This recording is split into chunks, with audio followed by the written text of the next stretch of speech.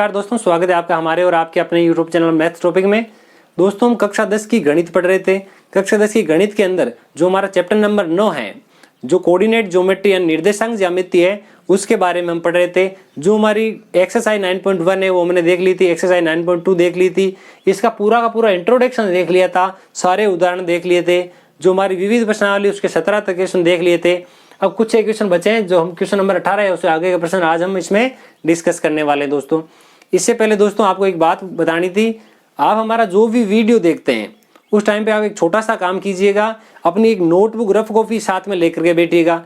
जो क्वेश्चन यहाँ बताया जा रहा है उस क्वेश्चन को साथ ही के साथ नोटबुक में नोट करते जाइए। उसका ये फायदा होगा दोस्तों कि मैथमेटिक्स में जब तक हम लिख करके प्रैक्टिस नहीं करेंगे, क्या कहा जाता है कि practice make a man perfect, यानी जब तक आप क्वेश्चन को लिख करके नहीं देखोगे तो मैथमेटिक्स का कोई भी क्वेश्चन आपके पूर्णतः दिमाग में स्थान नहीं करता है। आपको हाँ देखते टाइम समझ में आ गया कि ये क्वेश्चन हमें समझ में आ रहा है, तो थोड़े टाइम पश्चात हम क्या देखेंगे, वो हमारा जो क्वेश्चन है वो हमारे दिमाग से वापस निकल जाता है। इसका कारण क्या है दोस्तों, हमने वो क्वेश्चन को लिख करके नहीं देखा, केवल उसको पढ़ा है या उसको केवल देखा है दूर से।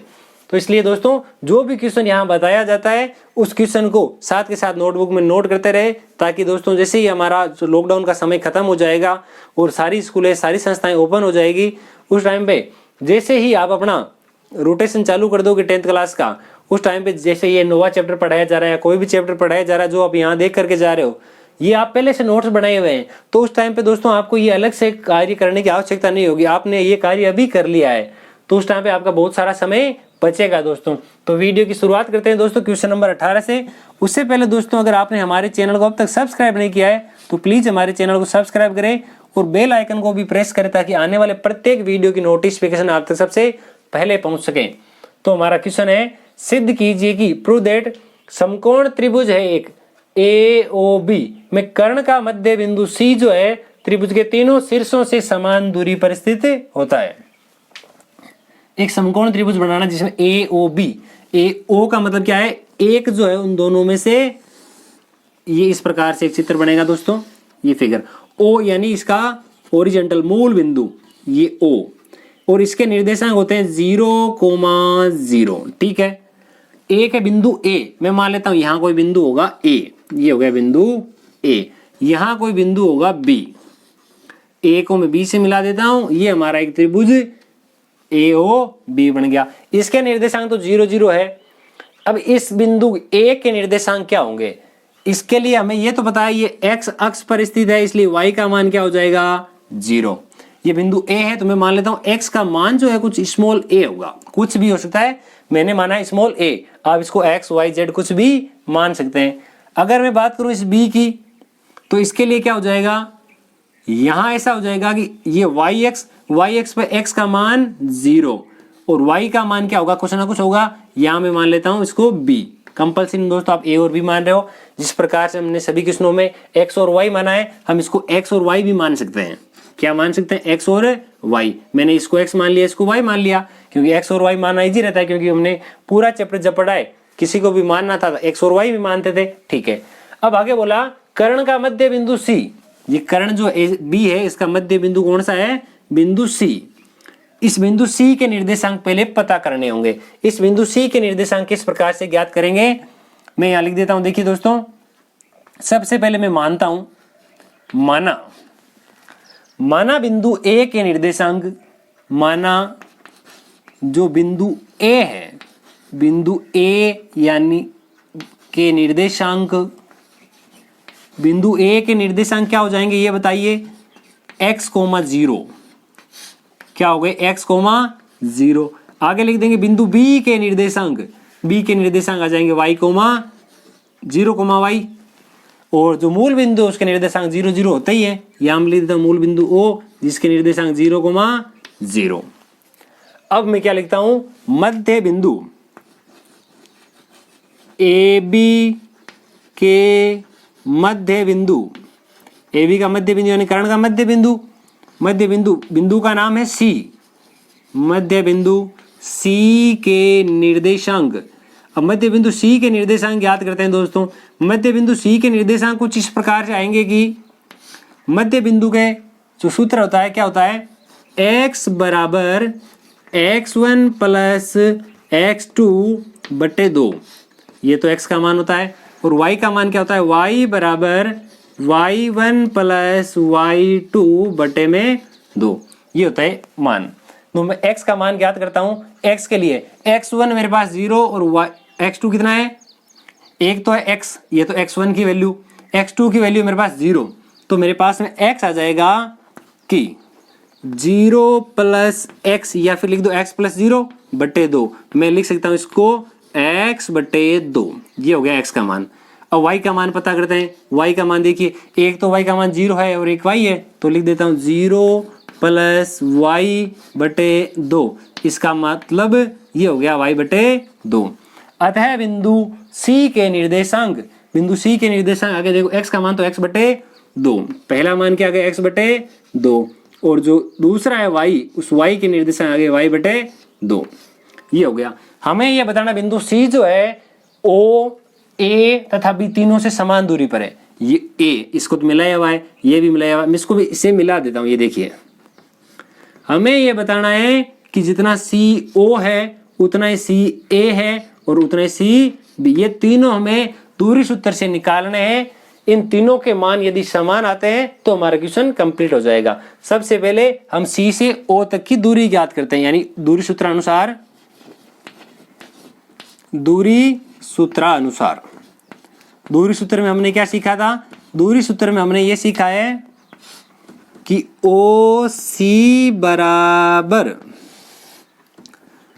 x2 माइनस x1 का होल स्क्वायर और y2 माइनस y1 का होल स्क्वायर। अब यहाँ पर दो तो मान मुझे x के चाहिए थे और दो मान किसके चाहिए, y के, y1 y2, चारों मान लिखते हैं। देखिए हमारे पास, हमें पता है ये x1 और ये y1 मान लिया मैंने, दोनों 0 है, x1 भी 0 y1 भी 0, x2 दिया हुआ x/2 और y2 है y/2, x बटे 2 और ये दिया हुआ है y बटे 2।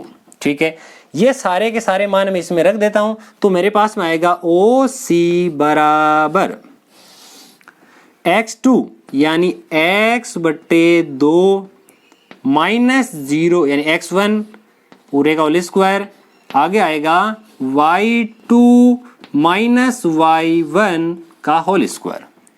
अब इसका स्क्वायर करते हैं। देखिए मतलब 0 घटाया जा रहा है, कुछ नहीं घटाया जा रहा है, तो ऊपर तो आ जाएगा x स्क्वायर अपॉन में 2 का स्क्वायर क्या होता है 4, ये प्लस यहाँ आ गया y स्क्वायर बटे 4, 2 का स्क्वायर हो गया, इस पूरे का अंडर रूट। इन दोनों का मैं एलसीएम ले लेता हूँ। जैसे इन दोनों का एलसीएम ले लिया जाएगा, ये आ जाएगा ऊपर, यहाँ आ रहा है x square plus y square और ये पूरे का अंडर रूट का निशान। अब यहाँ तो 4 लिखा है, इसकी जगह मैं 2 लिख सकता हूँ, तो यहाँ आ जाएगा OC बराबर, ये आ गया मेरे पास कि x square plus y square बटे 2। आप इसको यहाँ तक भी रख सकते हो, यहाँ तक भी रख सकते हो और यहाँ तक भी। ये हमारे पास एक समीकरण आ गई, समीकरण नंबर 1। O से हमने C तक का मान ज्ञात कर लिया। अब C से A तक का मान ज्ञात करते हैं कि C से A तक की दूरी कितनी है। CA बराबर दूरी सूत्र से क्या लिखा है कि x2 minus x1 y2 minus y1, ये लिखा y2 माइनस y1 पूरे का होल स्क्वायर। अब CA बराबर क्या आएगा, CA बराबर, इससे पहले मैं x2 x1 x3 सारा कुछ लिखना पड़ता है मुझे। x1 x2 दो तो मान मुझे क्या चाहिए x के, कौन कौन से, देखिए एक मेरे पास x1 जो है, किसी को भी मान लो, चाहे ये मान लेता हूँ x1 और y1 है। x1 मेरे पास दिया हुआ है कितना x और y1 कितना है 0। ठीक है, x2 जो है मुझे दिया गया x बटे 2 और जो y2 है वो मुझे दिया हुआ है y बटे 2। ये हमारे पास मान आ गया दोस्तों। ये मान मैं इसमें रख देता हूं, तो यहां आ जाएगा CA बराबर, पहले लिखेंगे x2, ये मैंने लिखा है x2 माइनस x1 पूरे का होल स्क्वायर प्लस y2, ये y2 माइनस y1 ये पूरे का होल स्क्वायर। अब यहां देखिए, यहां लिखा x2 x/2, ये मैंने लिख दिया x अपॉन 2 माइनस एक्स। तो यहाँ देखिए दोस्तों इसके नीचे मैं 1 लिख सकता हूँ, इन दोनों का एलसीएम लिख दूँ 2, यहाँ आ जाएगा x, ये माइनस, इसका भागशिम 2 बार जा रहा है, ये 2x हो जाएगा, x प्लस का ये 2x माइनस का, मेरे पास बचेगा माइनस का x बटे 2, तो इसका मतलब हो गया माइनस का x बटे 2 पूरे का क्या हो जाएगा होल स्क्वायर, और यहाँ मेरे पास लिखा है y बटे 2, यहाँ पर इसका भी होल स्क्वायर, ये आ गया। ये सी ए की वैल्यू आ रही है, तो सी ए बराबर इस माइनस वाले का भी स्क्वायर करेंगे तो वैल्यू तो प्लस की आ जाएगी, तो यहाँ आ जाएगा एक्स स्क्वायर बटे 2 का स्क्वायर कितना 4 प्लस वाई स्क्वायर बटे 4। ये सेम वही वैल्यू आ गई दोस्तों जो हमारे पास पहले आ रही थी, इसकी जगह भी ये देखो पहले एलसीएम ले लेंगे, एलसीएम लेने के बाद इस प्रकार आ जाएगा, मैं सीधा ये वाला लिख रहा हूँ, यहाँ में आज मेरे पास आ जाएगा कि X square plus Y square upon 2 समीकरण नंबर 2। ये मेरे पास दूसरी समीकरण आ गई दोस्तों।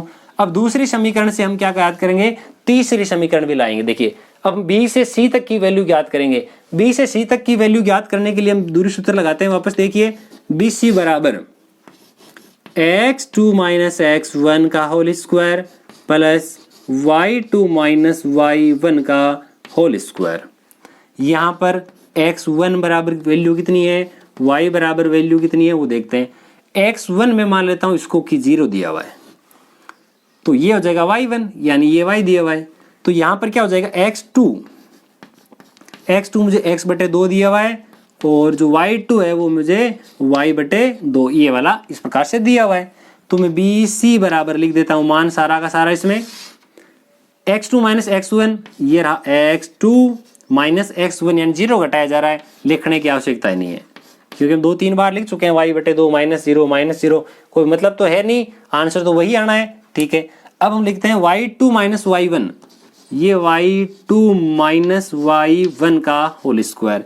यहाँ देखिए BC बराबर आ जाएगा x का स्क्वायर यानी x स्क्वायर, 2 का स्क्वायर यानी 4 प्लस यहाँ पर y बटे 2 माइनस y, यहाँ पर आया था मेरे पास देखिए x बटे 2 माइनस x, तो इनकी जगह भी मैं ऐसा लिखूं अगर कि y बटे 2 माइनस y, इनका भी एलसीएम ले लेंगे 2, और मेरे पास यहाँ बचेगा क्या बचेगा माइनस y बटे 2। सेम यही चीज है, केवल x और y का अंतर है, तो यहाँ इसमें x बटे 2 बचा था, इसमें y बटे 2 बचेगा।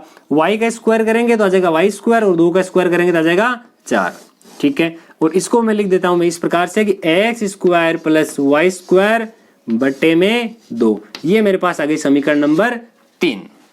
तीसरी समीकरण भी आ चुकी है, तो तीसरी समीकरण आते ही मैं नीचे लिख देता हूं समीकरण 1, समीकरण 2 व समीकरण 3 से। समीकरण 3 से मैंने ऐसा देखा कि O से C तक की दूरी, O से A तक की दूरी, O से B तक की दूरी, तीनों दूरियां समान है। नीचे ही नीचे एक लाइन लिख देंगे, अतः समकोण त्रिभुज में कर्ण का मध्य बिंदु त्रिभुज के तीनों शीर्षों से समान दूरी पर स्थित होता है। ये हमारा इस प्रकार से क्वेश्चन नंबर 18 जो दोस्तों कंप्लीट होता है। अब हम आगे वाला जो क्वेश्चन है क्वेश्चन नंबर 19 वो देखते हैं। ये दोस्तों हमारा क्वेश्चन नंबर 19 है, बहुत ही शानदार प्रश्न है दोस्तों। उस त्रिभुज की मध्यगाओं की लंबाई ज्ञात कीजिए जिसके तीनों शीर्ष दिए गए हैं। तो एक त्रिभुज बना देते हैं, यहाँ एक कोई त्रिभुज है जैसे ABC नाम दिया उसका, ये कोई एक त्रिभुज है जिसका नाम है कुछ A, B और C। माध्यिकाओं की लंबाई ज्ञात करनी जिसके शीर्ष दिए हुए हैं। मैं मान लेता हूं इसका ये जो शीर्ष है ये 1,-1, दूसरा शीर्ष है इसका दिया हुआ 0,4, तीसरा है -5, +3। ये हो गया त्रिभुज के तीनों शीर्ष। अब इसके साथ ही हमें यह पता होना चाहिए कि माध्यिका कहते किसे हैं। मेडियन क्या होती है, किसी त्रिभुज के शीर्ष से, किसी भी त्रिभुज के शीर्ष से सामने वाली भुजा के मध्य बिंदु को मिलाने वाला रेखाखंड माध्यिका कहलाती है दोस्तों। किसी त्रिभुज के शीर्ष से सामने वाली भुजा के मध्य बिंदु को मिलाने वाली रेखा माध्यिका कहलाती है। तो यहाँ इसमें ये 3 माध्यिकाएं हैं इस प्रकार से, कुछ भी नाम दे दिया मैंने, इसका नाम दे दिया जैसे P, इसका नाम दे दिया Q, इसका नाम दे दिया R। 3 माध्यिकाएं मेरे पास AP, BQ और CR, इन तीनों की लंबाई ज्ञात करनी है। इन तीनों की लंबाई दूरी सूत्र से ज्ञात करेंगे, परंतु उससे पहले हमें पी, क्यू और आर के निर्देशांक चाहिए। ठीक है, सबसे पहले यहां एक लाइन लिख देना, पी, क्यू और आर क्रमशः किस प्रकार से, पी, क्यू, आर क्रमशः क्या है, तीनों के तीनों बी सी, ए सी और ए बी, बी सी, ए सी व ए बी के मध्य बिंदु है। ये तीनों के तीनों क्या है, मध्य बिंदु है, मिड पॉइंट है। अब मध्य बिंदु के निर्देशांक ज्ञात करते हैं, इसलिए बिंदु P के निर्देशांक, इसलिए बिंदु P के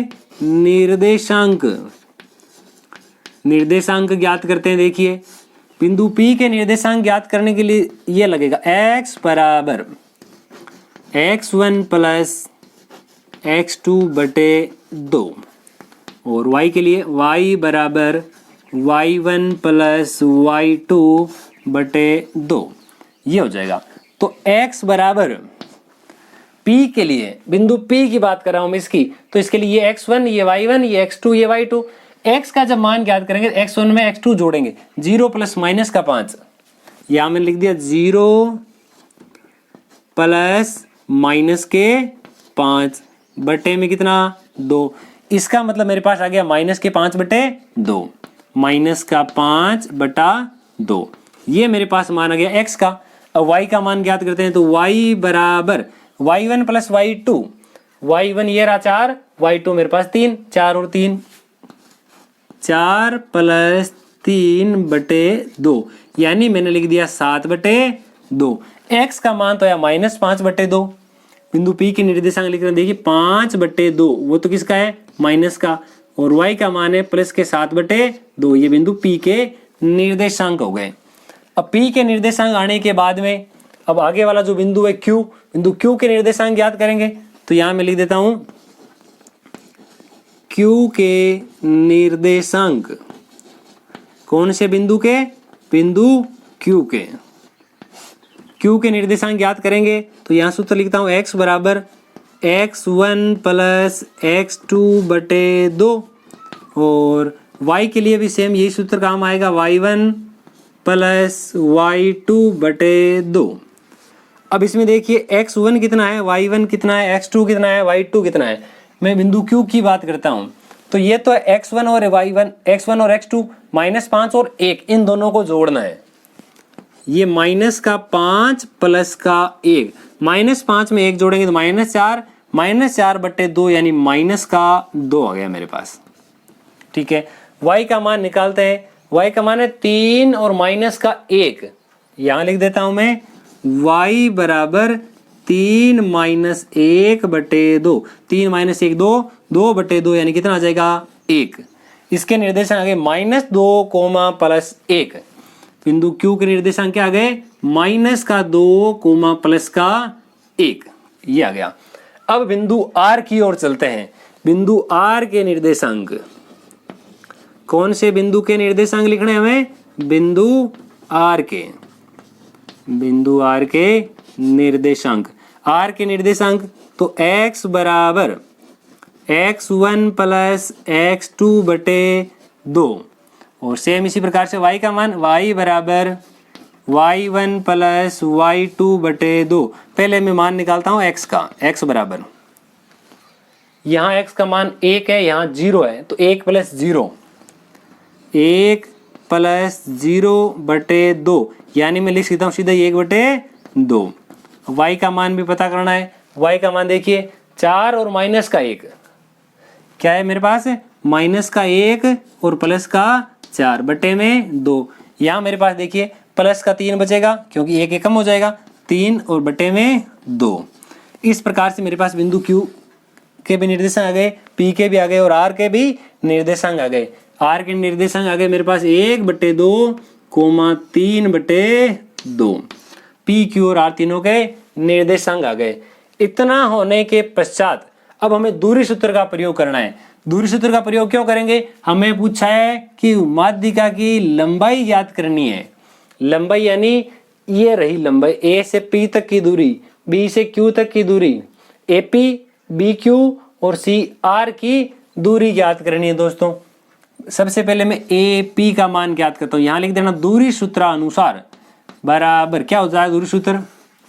दूरी सूत्र ये होता है x2 माइनस x1 का whole square plus y2 minus y1 का होल स्क्वायर, ये होता है।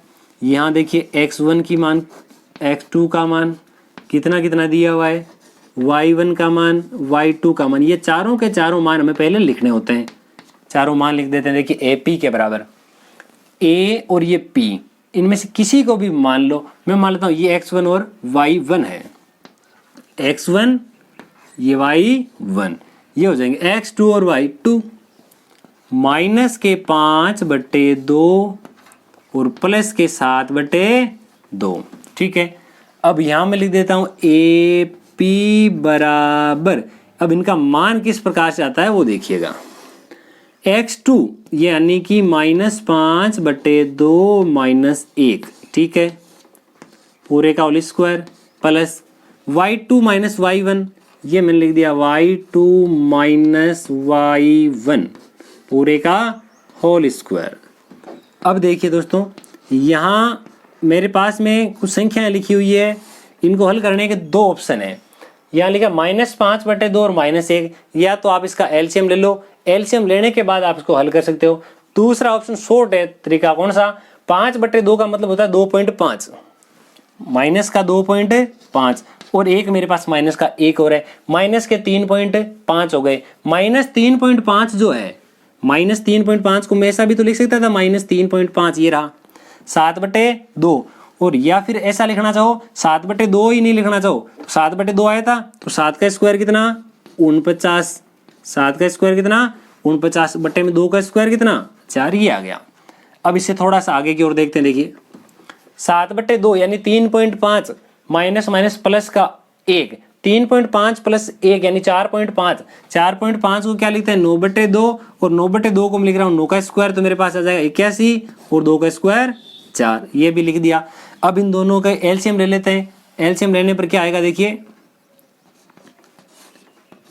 तो नीचे दोनों का डिनोमिनेटर तो सेम है, ऊपर इन दोनों का योगफल आ जाएगा 49 प्लस 81, 80 और 40 120 और ये 130 आ गया, ये ए पी। ठीक है, इसको मैं ऐसा लिख सकता हूं कि ए पी बराबर 130 जो है मेरे को, इसको मैं ऐसा लिखूंगा। पहले 2 का भाग जाता हूं, कितनी बार? 65 बार। 65 में किसका जाता है? 5 का। कितनी बार जाता है? 13 बार। 13 में किसी का नहीं जाता 13 के अलावा, यानी 130 का तो 130 ही लिखना पड़ेगा। अब मैं इसको ऐसा लिखता हूं कि 130 तो अपने स्थान पर जो है अंडर रूट का, 4 को मैं लिख सकता था 2, और ये मेरे पास आ गई समीकरण 1।